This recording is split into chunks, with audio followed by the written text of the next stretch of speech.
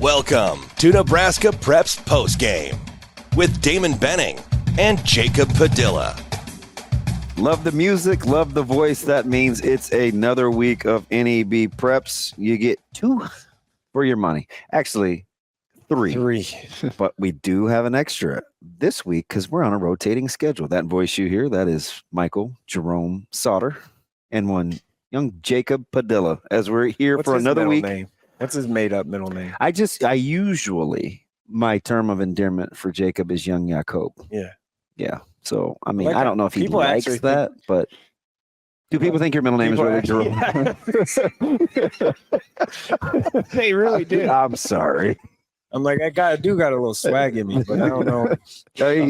They're just sometimes with your personality, you strike kind of like this morning. You got a little Jerome in you. Yeah, that's all right. I mean, you got to realize you got a lot of influence around these parts, so you got to be careful about what you say. Right? People, that's funny though. That's now your new government. I kind of like that. Yeah, that's all right. How's your mood? You're a little I'm all right. little I'm surly good. this morning. No, I want to make sure we're good. I'm good. I'm good. I don't not a lot of upsets for. Yeah, kind of a little chalky, real chalky, and a little chalky. We did see some good individual performances. A couple scares though. Yeah. Let's get right to it. We'll start in Class A. Yeah, you mentioned only the 2 close ones. 9-8, 10-7 were the only seed upsets. But there were 4 one-score games. So like you said, some games and some teams that kind of escaped not playing their best football. But that's what it's about this time of year. You got to win in advance. Yeah, let's start 8-9 because that was of the 2 that we talked about. Those 2 delivered. You'd think 7 through 10 are kind of toss-up-y, and they kind of turned out to be that way. Yeah, and it's kind of an interesting to see Central season basically end the way it started with pick in the end zone. Yeah, exactly. Got a chance to go down and tie the game at the end. The first one was going for the win, but go down.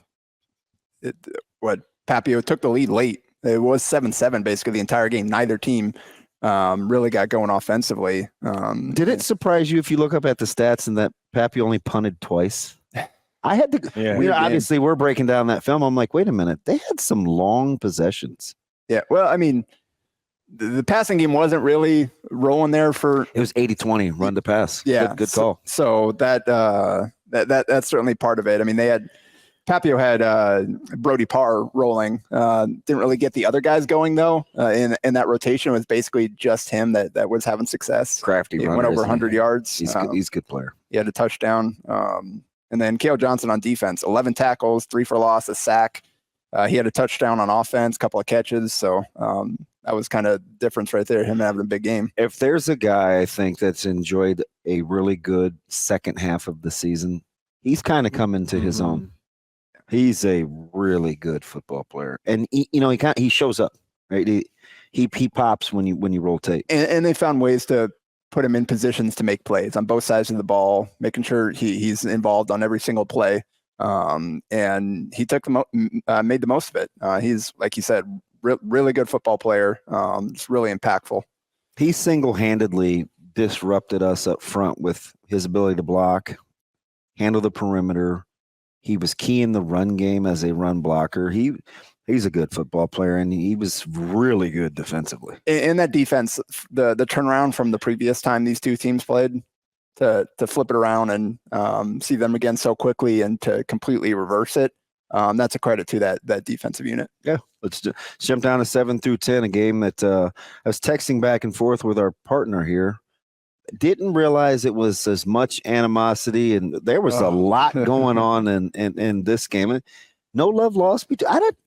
Is there history here, or just how the game flow went, Mike? With you mean Prep Elkhorn South? Yes. Yeah, I don't know. I think it was game flow stuff because there was a couple major one was a really bad late hit, a really bad late hit. The ball literally as I said 7-10. Yeah, go off point 13-4, but that's on me. Yeah, that one was wild. The ball skipped off the ground and dude just smacked him after. I mean, it was definitely easy personal foul.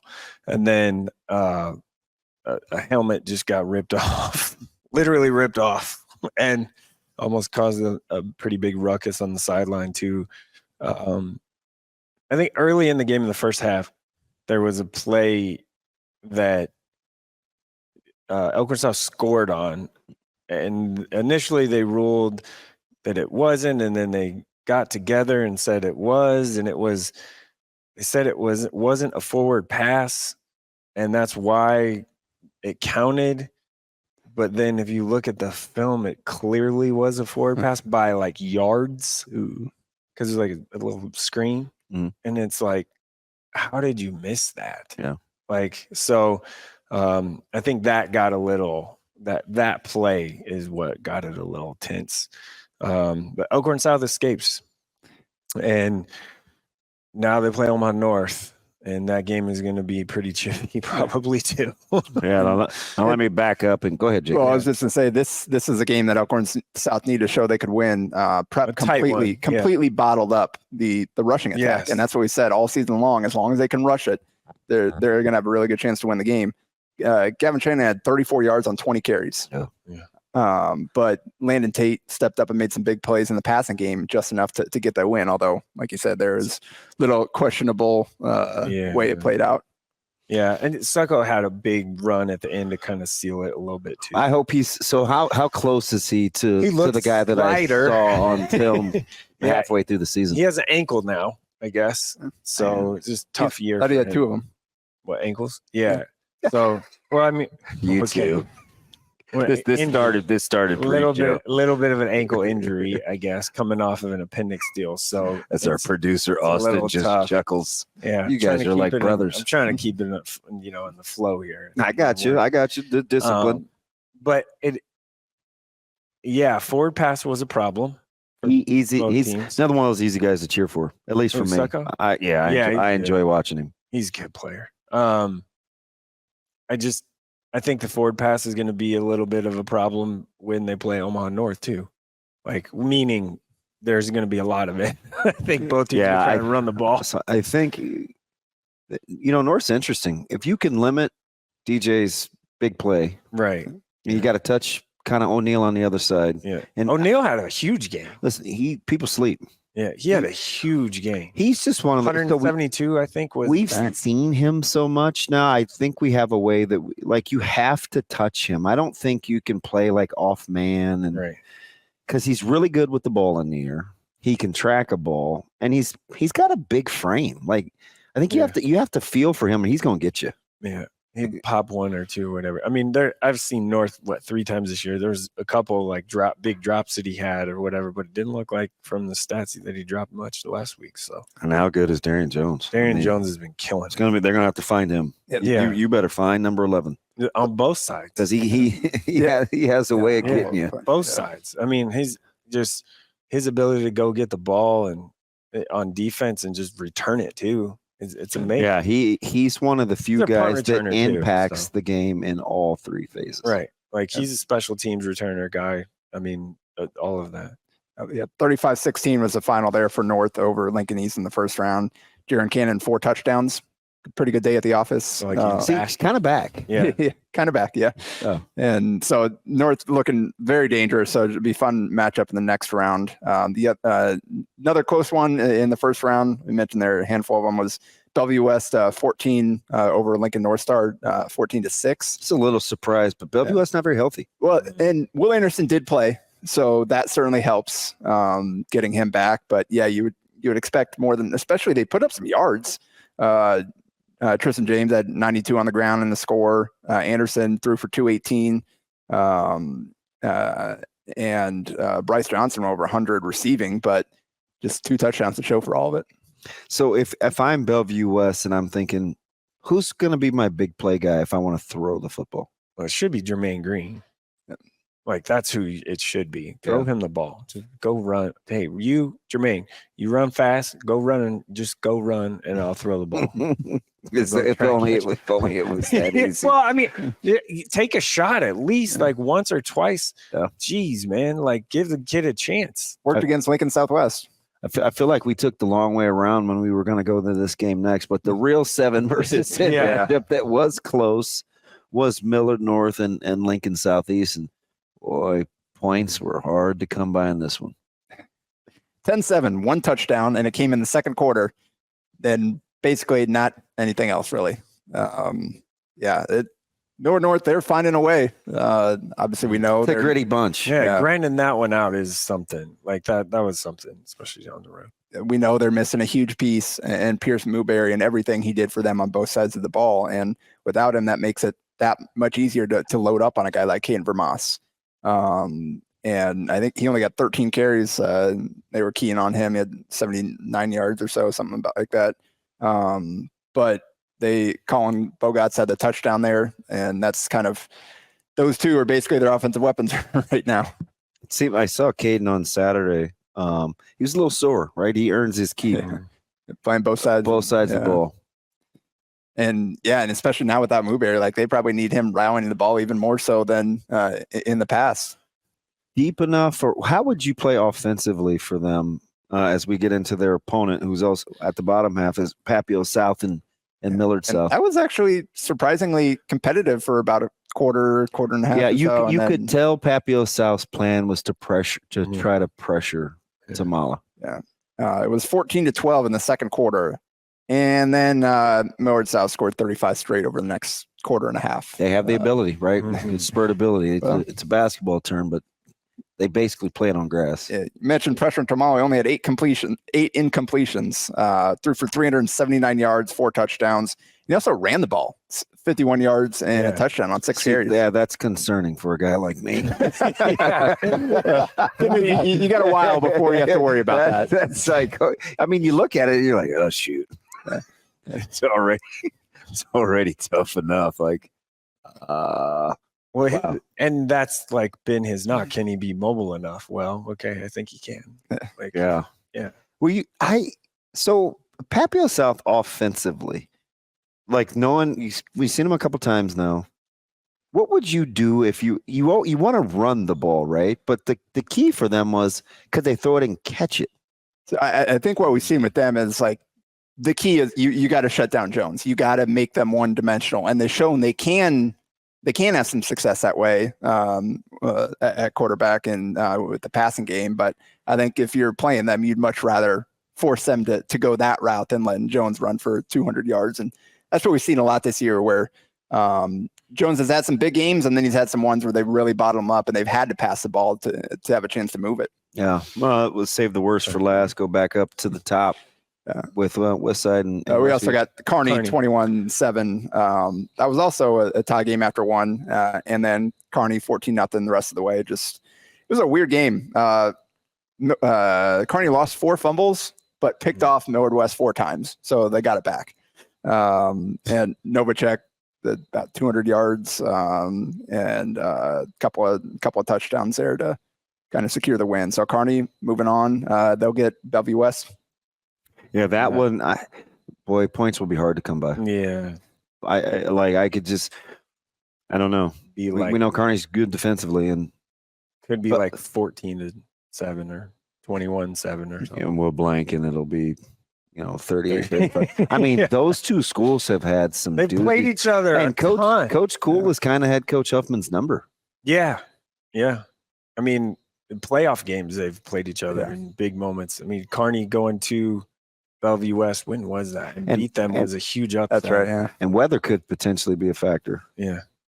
2020. Yeah. Austin remembers. Well, I saw one up close there. When Kearney came to Bellevue West. Bellevue West was loaded. That game ended up being like 38-35 or something like that. The 2020 game, I remember I was there, and I was like, whoa. Like, that was a big upset. Yeah, I was talking to Loof on the sidelines before the game started. And one of his buddies came up that was in admin, and he said, kind of feel good about this one. I was like, I don't see why. I mean, he's just he's Coach Cool can coach. He's going to come up with something. Yeah.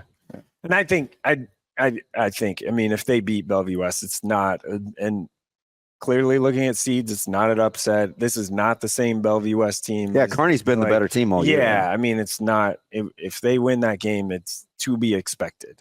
Like, it is to be expected if Kearney wins. Speaking of to be expected, Westside wasted no time, Yeah. 34-0 first quarter against Omaha Westview. Welcome to the playoffs and great season. Yeah, Well, I think Coach Ryan, it was kind of, Coach Ryan coached for Coach Lamanji for a while. Yeah, so I you think could it's tell kinda they have a really good some relationship. affection. Yeah. Coach Calbretto, Coach Queen on our staff. Like, They all know each other. Yeah. It was. I liked the fact that was that first graduating class, so they kind of took a moment, Right. In game, and normally you're like, what's taking so long? But I mean, they did it right. It's just a class. Yeah. Just a classy deal for Westview in that class, and they're young in some spots. I mean, obviously, you haven't had a chance to. Huge for them just to break through and yeah. earn this opportunity so they can experience it moving forward as that team and program continues to build. But I think probably They're going to best, do a good job. Yeah. They're good. They'll be good. I like Coach Ryan quite a bit. Well, Coach, one of the best defensive coordinators is amazing. Meisenberg, Yeah. the defensive coordinator Yeah. there. People forget about that. So Good coach. Yeah. He's a really good coach. I think the best single individual performance of the first round was from Tay Jenkins. 24 carries for 297 yards and 5 touchdowns. Yeah. And how many quarters did he He's play? been rolling. 2.5 maybe. He has been 300 yards in 2.5 quarters. He has been on fire. Yeah, you talked about wanting to, like, obviously you got a lot of weapons, but you wanted to settle into one way of playing, and it seems like you guys have really done that over the second half of the season. Yeah, it took some. I mean, there's some long discussions, and I mean, credit to our staff for those guys for working through it, because it's hard to keep people happy, and you're really dynamic outside the numbers with EJ, with Johnson and Cotton and Purify, and I mean, Christian Jones has really taken a backseat offensively in the passing game. And he's been able to like 500 yards last year, and just, how many double-digit touchdowns? Yeah. So I think it's not easy, right? But he's so dynamic. He's a great person, right? Like, he's just a guy that embraces the grind. He shows up to get loose the next day, and he's in some sort of weird pajama outfit. And, he's just good nature. He's well liked by his teammates. Yeah. Moving on to Class B, same thing. Only 9-8, 10-7 seed upsets, and only 2 one-score games. Where there were some that went as we expected, and a couple others like that. Now, there's one in particular, but 10-7 wasn't. That was. There's one. That was upset according to the seeds, but everyone kind of knew that was. Yeah. Yeah. But still, 44-7 for Gretna East. That's especially no Connor Sams, I believe. So they had Quentin Malone step in there and rush for $124 and a touchdown. And Chase Grew threw for 274, 3 touchdowns.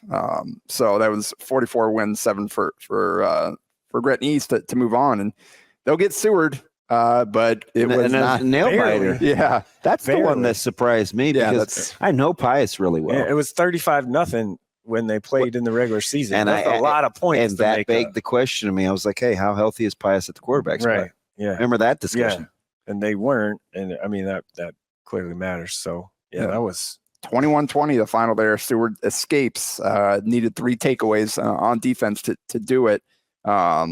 Vinilek had a big game on both sides of the ball, 10 tackles, forced a fumble, 87 receiving yards. And Edison Knott had 70 rushing yards and a pick 6. That was turned out to be very large. Joe Andreessen had a great game for Pius, who he's had a great season for them. Went out 132 yards and a touchdown. But Seward moves on, and they'll get Gretna East. And that's at Concordia, right? Yeah. Because Seward's is the okay. Yeah. Let's jump up to with Waverly and Norris. Let's just stay on that half. There's the other one-score game, which that one, not a surprise. We just played, and it was a thriller, and slightly less scoring, but still equally 1-point game. Rivalry game, all that stuff. They know each other extremely. How bad do you want to say throw the records out the window? But it doesn't matter, because they both. I mean, there was only one game between the two in the records. Right. So 17-10, you'd think, 2 touchdowns and a field goal. There's a safety and a 2-point conversion in this one to get there. So not the traditional scoring there, but that Waverly found a way to get it done. It was 10-0 Norris to start the game, and Waverly scored 17 straight to take the lead, and then Norris ended up missing a point after at the end, and that was the difference after marching down to try to score to tie it up. The bunch do you like the division of this bracket? Like bottom heavy, top heavy sides? It's pretty even, I would think.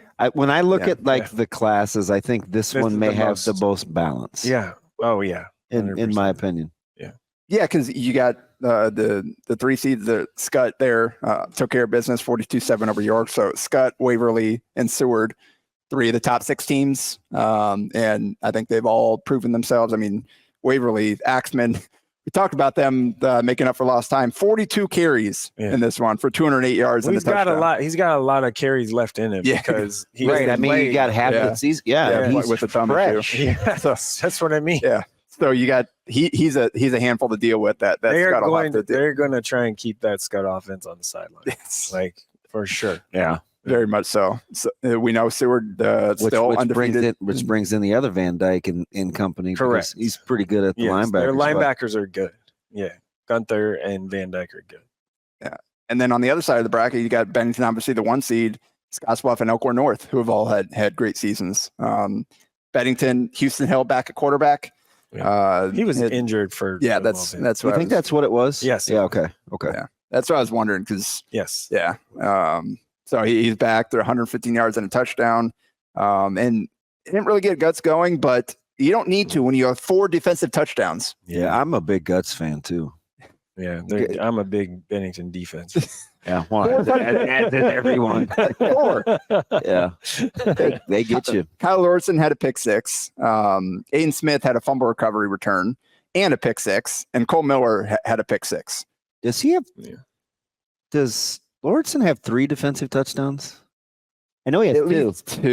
At least 2. He might have had a. He might have. And he had a couple on offense too. I think they got him in there. I think he had a kickoff return. Not bad for a tackling machine.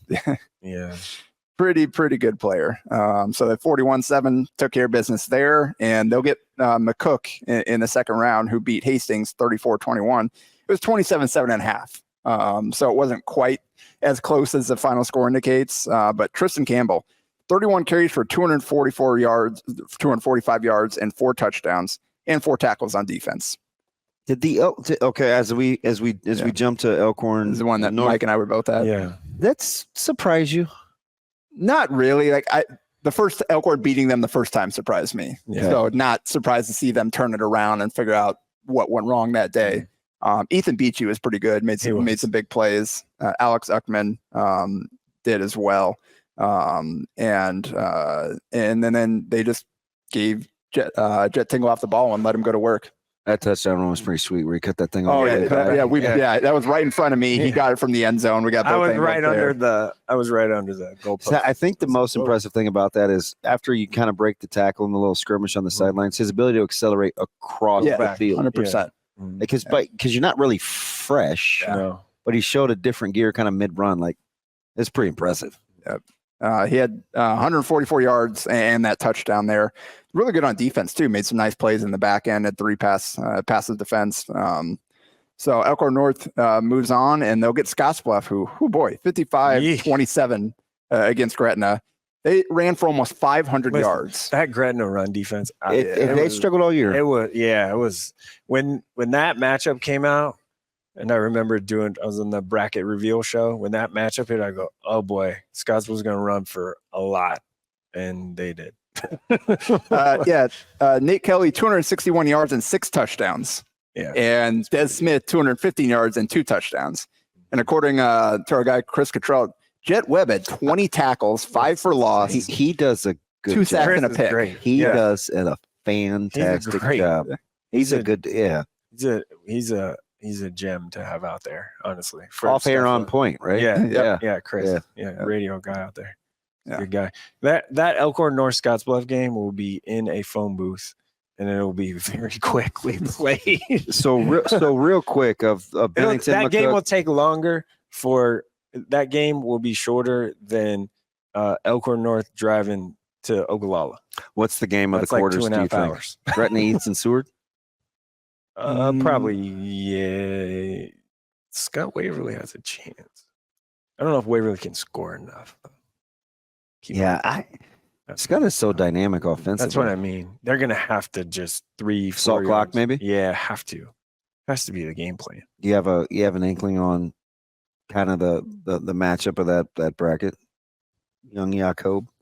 I mean that Scottsbluff Elkhorn North one is very intriguing to me, especially Scottsbluff. They faced Waverly early in the season and haven't really faced a significant test. And it's a top tier. It's a two-headed monster for Scottsbluff. Does that concern you at all that they can game plan for that, or it's just like it's coming, you better stop? That's been the thing all season. It's been two guys, and then occasionally they'll hit you with a pass over the top when you load up against the against the run.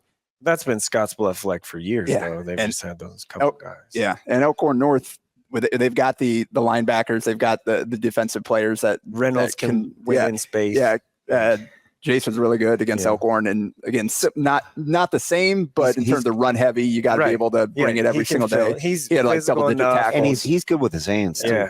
Yeah.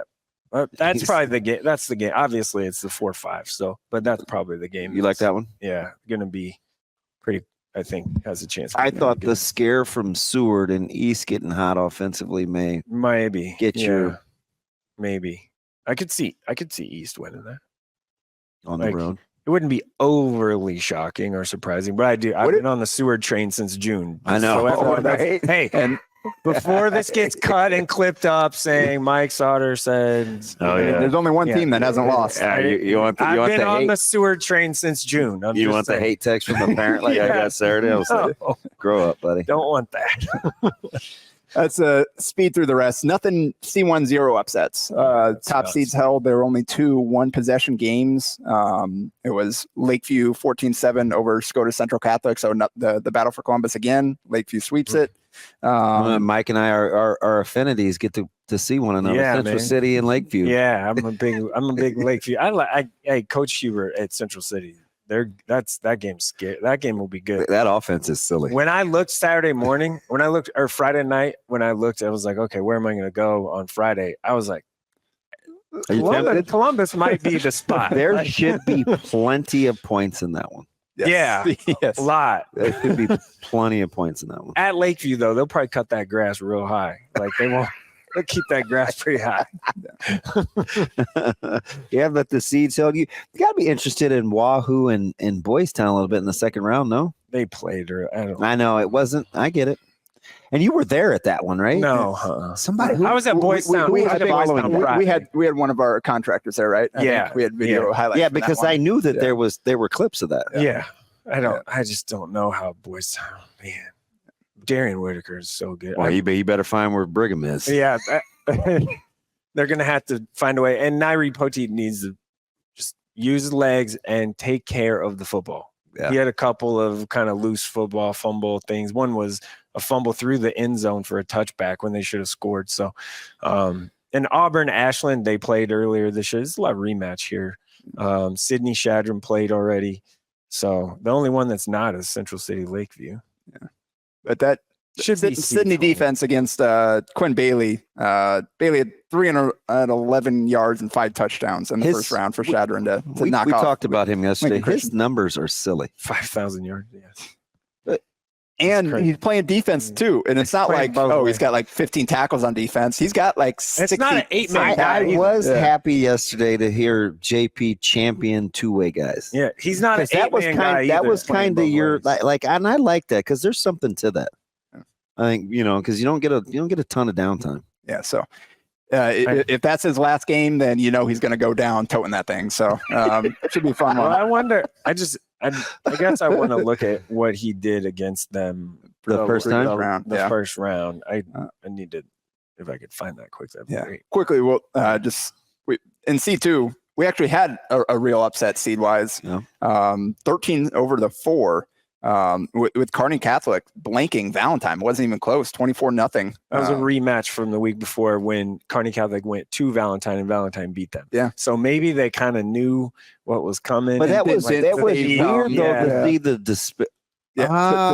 maybe they kind of were like, I don't know. Really? Oh yeah. So I don't know. Do you do that in a high school? I don't for those seniors. So. Yeah, like that. But whether it's intentional or they learn something from it that they're able to turn around. I mean, it's almost an exact reversal. Yeah. Road game. I like playing against road games. I like playing. Okay, go ahead. Yeah, and the 9/8 Raymond Central, they've had a really good season. 21-19. Yes. Pulled that one out. Is there anything that they could take from? Is there anything that they can take from Boone Central that's portable for Catholic? I don't think there's anybody in C2 that looks like Norfolk Catholic. Nah. I don't think so. Because it's not Norfolk Catholic size that overwhelms you. No, they got a bunch of athletes. But they are explosive. And they are extremely well coached, obviously. Yeah. So, but that one, I mean, yeah. Raymond Central's in a tough spot. Couple other notes. Hardin Cedar Catholic 22-16 over Oakland Craig. Shout out to Braylon Anderson. Yeah, fantastic huge. career. Went down 340 yards and a touchdown. Also had a rushing touchdown. He finished with 3,055 yards and 32 touchdowns on the season, and over 7,400 yards and 65 touchdowns for his career. Smart, tough kid too. Yeah, like really smart. I mean, he's a National Honor Society kid. All that. He's a great kid. Obviously, Coach Anderson's son. And they were up. Kid. They were up after the third quarter. Yeah, it's just interesting to see that he could just throw a yard like that. They spread it out. I know. Like it's a little different. Yeah. What about anything? Cedar and Newman? That could get dicey. Like Cedar's pretty good. Booth will be well rested. Didn't have to play the second half at 19 carries, 200 yards, 3 touchdowns. Like he cares, but I get it. Yeah. Doesn't need much. Goodness gracious. And then Wood Rivers, Bo Rourke, 25 carries for 273 yards and 3 touchdowns as well. Wood Rivers he's had a monster story. We talked about Bailey and Booth all season long, but Rourke's been right up there in terms of they're a good story. Production. Yeah, it's a great story for them. I found the Sydney Shadron. So it was 14-0. Sydney won, and Bailey had 23 carries for 100 yards. That's I remember. Yeah, lowest of the season. And that was it. Lowest of the season, still got him to 100. Sydney's defense is good. Yeah. Like they're very good. Doty's really good too. Best matchup here is Malcolm and Battle Creek, or do you like at the bottom of Cedar Catholic and Bishop Newman? I think Cedar Bishop Newman. I agree. The Cedar Catholic one lost at the beginning of the year. They were without 3 guys, and one being like an all-state caliber kid, C2 all-state caliber is what I mean. And so like Cedar's really good. And before the season started, the coaches I talked to, they were on the Cedar train of being pretty good. Yeah. So I could see that one. D1 quickly. We did have 2 true upsets, 13 over 4 Plainview, and it wasn't 42-20 over Guardian Angels Central Catholic. It was a 1-point game and a half, and they blanked 21-0 in the second half. Monster game for Carter Lingenfelder there. Jackson King had a big game as well. And then the close one, 12 over 5, Nebraska City Lords Central Catholic, 34-30 over DCS. Hey, not only that, going to Binkelman from Nebraska City. That's a long way. I've been to Binkelman. Opposite ends of the state. I flew in a prop plane. I was scared to death. Shout out to Cowan Schnitzer. It was 30. DCS was up 30-26 late, and then Central Catholic took the lead there and went for the 2. Schnitzer had 5 touchdowns, 4 rushing and 1 passing there, their quarterback to pull that one out. And then 0 upsets in D2. Everybody took their business, although the game of the playoffs happened in D2. The BDS game? Yeah, 3 overtimes. Don't listen to it. We don't have time to recap that whole thing right now, but go check out Eric Allgood's Twitter feed at Allgood_Eric. He's got a thread from that game. Absolutely insane. 56-54 triple overtime win for BDS, the 2 seed over the 15th against Kennesaw. They had scored 17 seconds left. Kennesaw's on a decent little run for a lot of stuff. A lot of stuff going on. Mm-hmm. Yeah, multiple sports. And one thing, I'm back to D1, Crofton, Summerland. That is, Crofton's the 3, Summerland is the 6, and Summerland, that is the one loss Crofton has earlier in the year. So, You want to go back quickly and predict any potential upsets in A or B? You seeing any in A? Not really. I think with the state of North, again, North, Elkhorn South, she could be close. and I don't know, like I think Would you call that a? that's the thing. Like they're equal. They're even It's the tier. 4 or 5. I think. I'm saying just off a seed line. Yeah, that's the only one. They're very equal. Millard North, we know the state of them. Bellevue West trying to get back healthy again. And Westside, Papio Vista, we just saw that one. I don't see that changing too much. In B, again, it's tough at this point of the year in terms of upsets because, like, 5-4, but that's especially in B. Yeah. Seward, Gretna East one. With the way the Seward playing at the end here, that there's definitely that would be a true upset there, and could see it happening. All right. Tell you what, not getting any better, any more comprehensive either. That's Mr. Sautter. They call him Mike.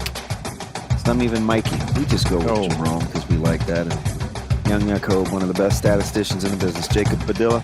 It is another episode of NEB Prep. We'll be back next week. Don't you dare miss us.